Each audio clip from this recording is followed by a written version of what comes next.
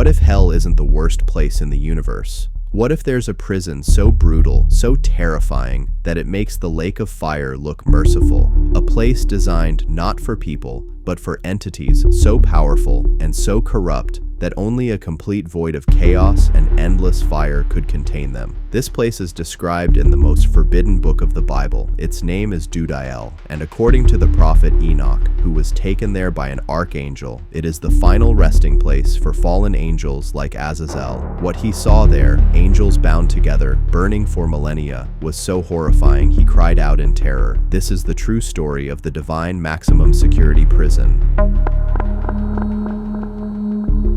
According to the Book of Enoch, Dudael is the place of imprisonment for the fallen angels, such as Azazel and Samyaza, a bleakest and grim place. Dudael is described by Enoch as a place with an entrance that is located to the east of Jerusalem, covered in the darkness that the imprisoned angels may not see light for as long as they are in there. Although there is limited information online on Dudael as a place, we are pleased to bring you a full detailed description of Dudael from the Book of Enoch. The angels and the women. After Uriel had taken Enoch to the many places including the great mountains, the river of fire, and then, up upon the stars themselves, we finally see him bring Enoch to a dreary wasteland, a place that is devoid of life and mostly consumed by the darkness. The sin of the fallen angels, the Watchers. Uriel reveals to Enoch that this is the prison of the fallen angels, the very place that the Watchers would have most likely ended up after they transgressed against both God and mankind.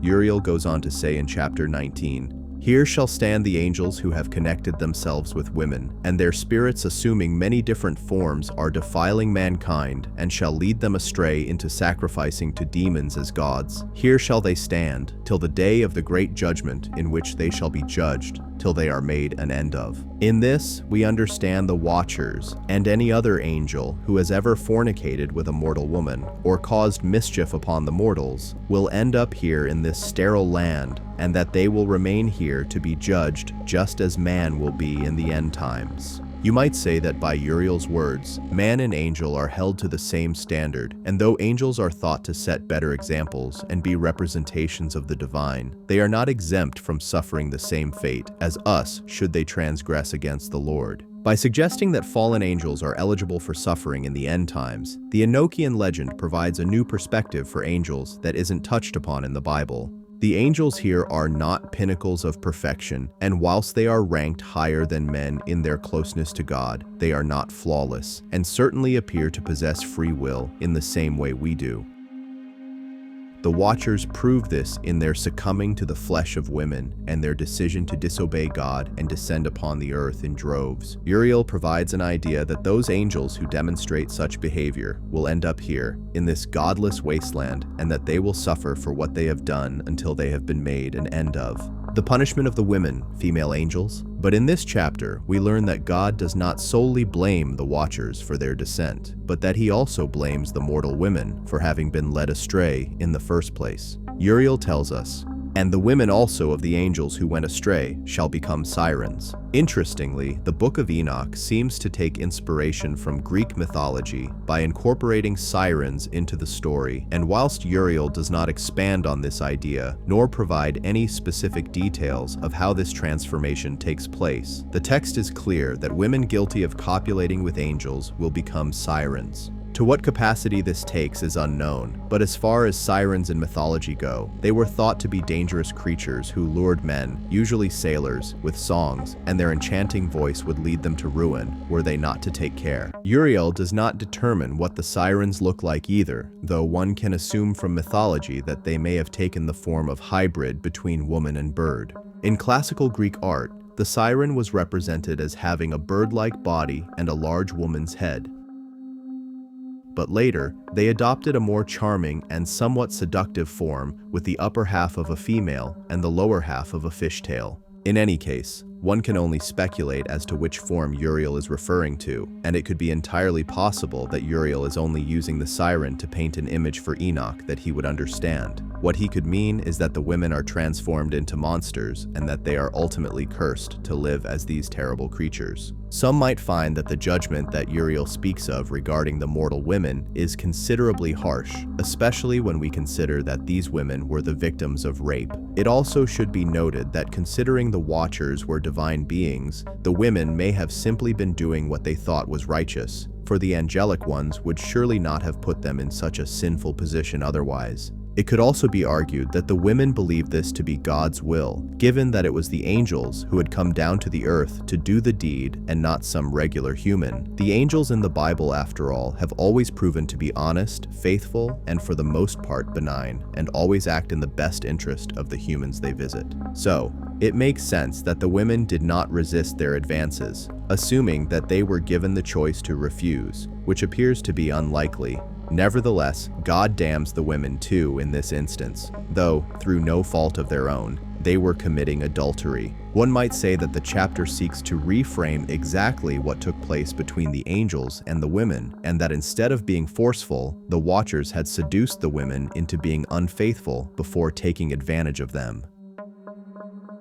This then paints the women of the time in a negative light, for they were essentially led astray by the fallen angels and traded their husbands for a night of passion with an angel. Though again, this is a particularly hard point to argue, considering that the Watchers were angels, and so saying no to one of them isn't exactly something that the biblical God had ever prepared mankind for. Another point to make about Uriel's words proposes a new idea that Uriel isn't talking about the mortal women, but instead female angels who had also fallen during this time. His wording that, "and the women also of the angels who went astray shall become sirens," is up for some scrutiny and may propose a new concept that there were female angels amongst the angelic host, and they too had a hand in the downfall of both man and themselves. This might make some sense when you consider that turning a mortal woman into a siren is a bit random, but to change a female angel into a siren is to transform something holy into something evil, and thus reflect the change the female angel has had from good to bad.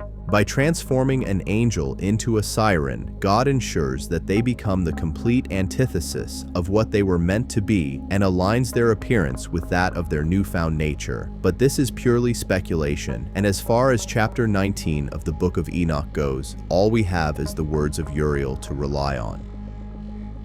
The archangel's involvement with the fallen angels. Dudael. In chapter 20, Enoch gives us a mini rundown of what each of the archangels does, probably that which was explained to him by Uriel. He tells us first, Uriel, one of the holy angels who is over the world and over Tartarus. This is quite interesting that yet again, Enoch uses Tartarus, another motif in Greek mythology that represents a void in the center of the earth, that which the Titans were cast into by Zeus.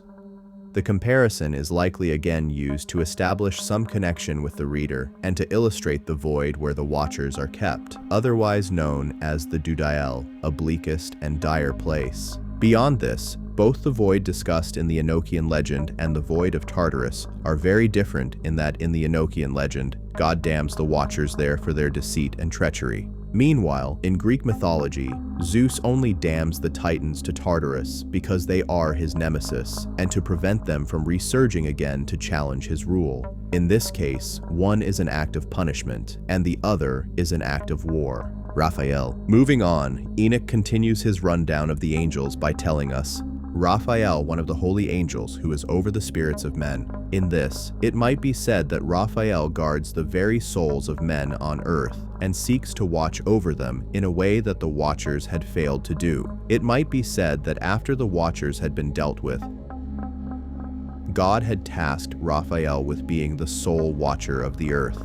By looking after the spirits of men, it may link in with the tradition that Raphael was an angel of healing, Raguel. We then see Enoch speak of another angel not mentioned thus far. He tells us, Raguel, one of the holy angels who takes vengeance on the world of the luminaries. The luminaries, in the biblical sense, are usually thought of as essences that provide light. The sun, the moon, and the stars are all considered to be luminaries in the Bible, such as we are told in Genesis. And God maketh the two great luminaries, the great luminary for the rule of the day, and the small luminary, and the stars, for the rule of the night.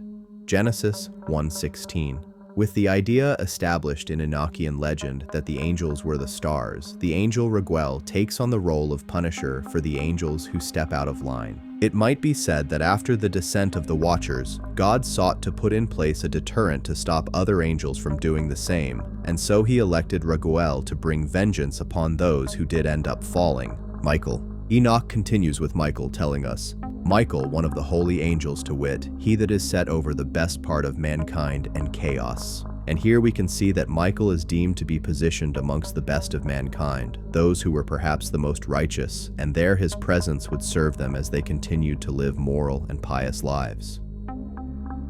It's suggested that he was an angel that was able to govern chaos, perhaps the chaos in one's life, and so to have him on side would see to the righteous amongst mankind living harmonious lives. Saraquel. Yet another new angel is established in this section, as Enoch tells. Saraquel, one of the holy angels, who is set over the spirits who sin in the spirit. It might be said that Saraquel was tasked to watch over the spirits, those who were the sinful spirits, or demons. We know that the Nephilim were not fully destroyed, but that their spirits were allowed to live upon the earth to bring destruction and chaos as punishment to man for having listened to the Watchers. It is possible then that when Enoch refers to the spirits who sin in the spirit, he may be referring to Nephilim spirits, and that Saraquel watched over them to make sure they did not become too powerful. Gabriel. Enoch continues of the angels. Gabriel, one of the holy angels, who is over paradise and the serpents and the cherubim. Here, it might be said that Gabriel watches over everything, both good and bad. He acknowledges the antics of the holy cherubs, but he also acknowledges the antics of the evil serpents, which makes sense given that he is a messenger angel. By knowing everything good and bad, Gabriel can alert God to any disturbances that take place, which may have been an improvement to the way angels communicated with him, given that he was seemingly unaware of the perils on earth with the Watchers. Having Gabriel watch over both the good and the bad ensured that action could take place sooner and thus prevent things from getting out of hand as they did on earth. Remiel. Finally, Enoch concludes of the final angel, Remiel, one of the holy angels, whom God set over those who rise. We understand from the second book of Baruch, a Jewish pseudepigraphical book, that the archangel Remiel is an angel of hope and is credited with both divine visions and guiding faithful souls into heaven. With this understanding, it might be said that Remiel is indeed set over those who rise, as in, he is responsible for souls rising into heaven after the physical death. The prison of the fallen angels, the Watchers, Dudael. In chapter 21, we see things take an even more brutal turn for the fallen angels, as Enoch and Uriel venture further into prisons. Enoch tells us, "And I proceeded to where things were chaotic, and I saw there something horrible. I saw neither a heaven above nor a firmly founded earth, but a place chaotic and horrible. And there I saw 7 stars of the heaven bound together in it, like great mountains and burning with fire." Here, Enoch tells us that he sees 7 stars of the heaven, or 7 of the angels, and that these 7 were bound together and burning with fire. Whilst from the outside this looked like a barren place with no life to speak of, we get a glimpse of what things are like for those imprisoned here, and how they are trapped to one another and constantly set on fire. Enoch turns to Uriel and asks him, "For what sin are they bound, and on what account have they been cast in hither?" And Uriel turns to him and replies, "Enoch, why dost thou ask, and why art thou eager for the truth?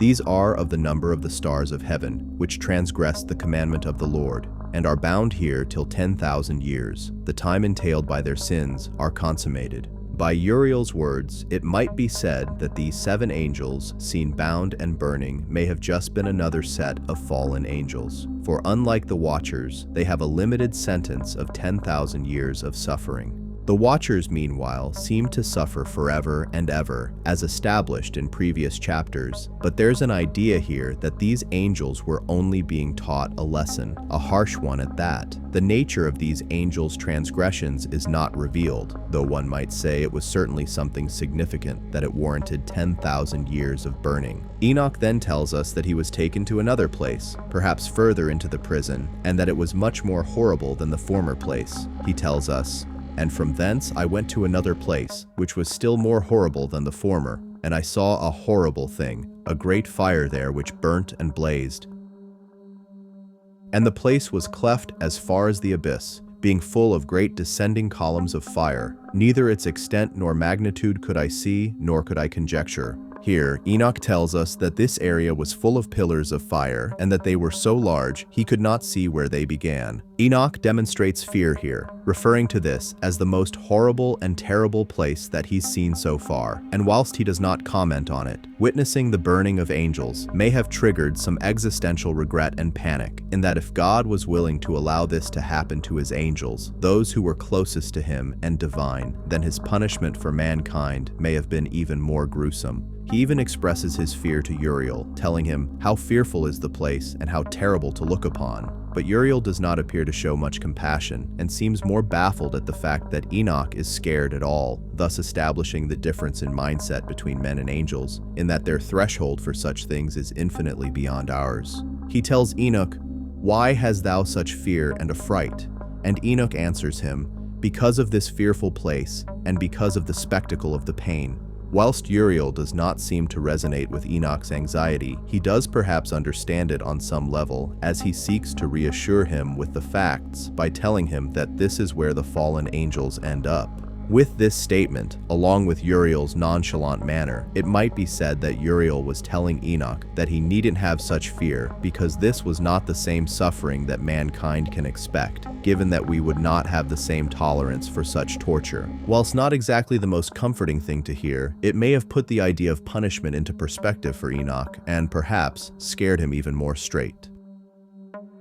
By understanding the extremities of suffering, it might be said that Enoch was then well equipped and more determined to save not only himself, but also his fellow man, for he would not have wished anyone to experience the things he had seen. Uriel concludes this chapter in a rather ominous fashion, telling Enoch in a callous tone, "This place is the prison of the angels, and here they will be imprisoned forever." Conclusion: Dudael as the cosmic crucible of divine order. The journey through the Book of Enoch's depiction of Dudael is more than a tour of a mythological prison. It is a descent into the deepest layers of ancient Jewish apocalyptic thought, where the boundaries between theology, cosmology, and morality blur into a terrifying and awe-inspiring vision of divine justice.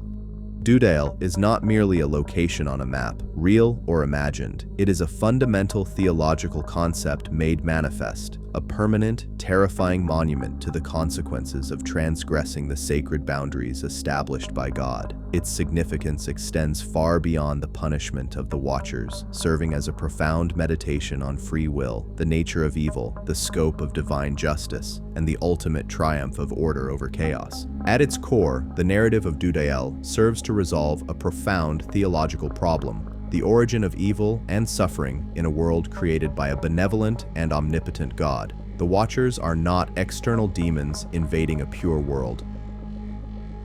They are beings of divine origin who chose to corrupt themselves and God's creation. Their sin is multifaceted. It is a rebellion against divine hierarchy, a violation of the natural order by mingling the spiritual with the physical, and a betrayal of their sacred duty to watch over humanity, not prey upon it. Dudael, therefore, becomes the necessary instrument of divine justice, the place where that which sought to create chaos is itself subjected to absolute order, a static, eternal punishment where their rebellion is met with infinite confinement. It is the ultimate quarantine, isolating a spiritual contagion to prevent the total corruption of creation. The description of Dudael itself is masterfully crafted to inspire maximum horror and reinforce its theological purpose. Enoch's vision is not of a classical underworld with geography and rulers, but of a place antithetical to existence itself, a realm of chaos without heaven or earth, a void where the fundamental structures of creation are absent.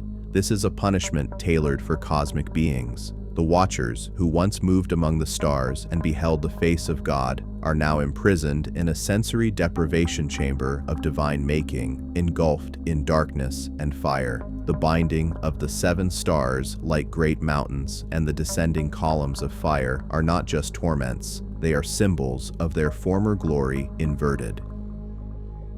The fire that once symbolized divine presence now becomes an instrument of perpetual anguish, and the stars they once were are now bound and burning monuments to their fall. This punishment underscores a terrifying principle. For beings of such high stature, the fall is not into mere suffering, but into absolute negation. Furthermore, the account profoundly redefines the traditional understanding of angels. The Watchers are not automatons of divine will. They are volitional beings endowed with free will, capable of pride, desire, and catastrophic error. This shatters any simplistic notion of a perfectly ordered and obedient heavenly host. The existence of Dudael confirms that angelic nature is not a guarantee of righteousness. This elevates the moral drama of the universe, making the loyalty of the faithful angels like Michael and Gabriel a choice, not a programming, and thus far more meaningful. The same free will that allows for the highest love also allows for the most profound betrayal, and Dudael is the stark, eternal consequence of that betrayal.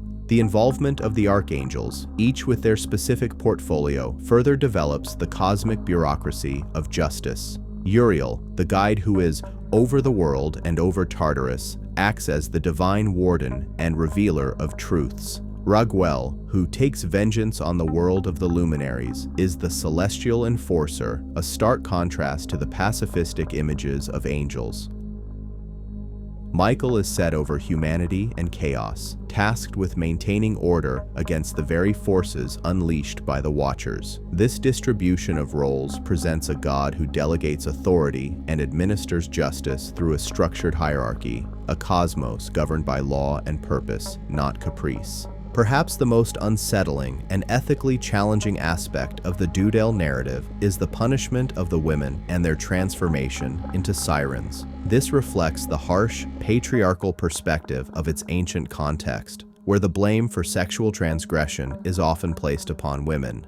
However, interpreted symbolically, it reinforces the theme of corrupted nature. Just as the Watchers are transformed from divine guides into bound prisoners, the women are transformed from human beings into monstrous hybrids, their very nature altered to reflect their perceived sin. They become eternal temptresses, a mythic explanation for the enduring presence of seduction and danger in the world, a lingering echo of the Watcher's primordial crime. Ultimately, Dudael's greatest power is as a deterrent and a lesson, both for the remaining heavenly host and for humanity. For the angels, the eternal imprisonment of their brethren is a permanent warning against overstepping divine boundaries. For humanity, witnessed through the eyes of Enoch, it is a terrifying revelation of the seriousness with which God views cosmic law.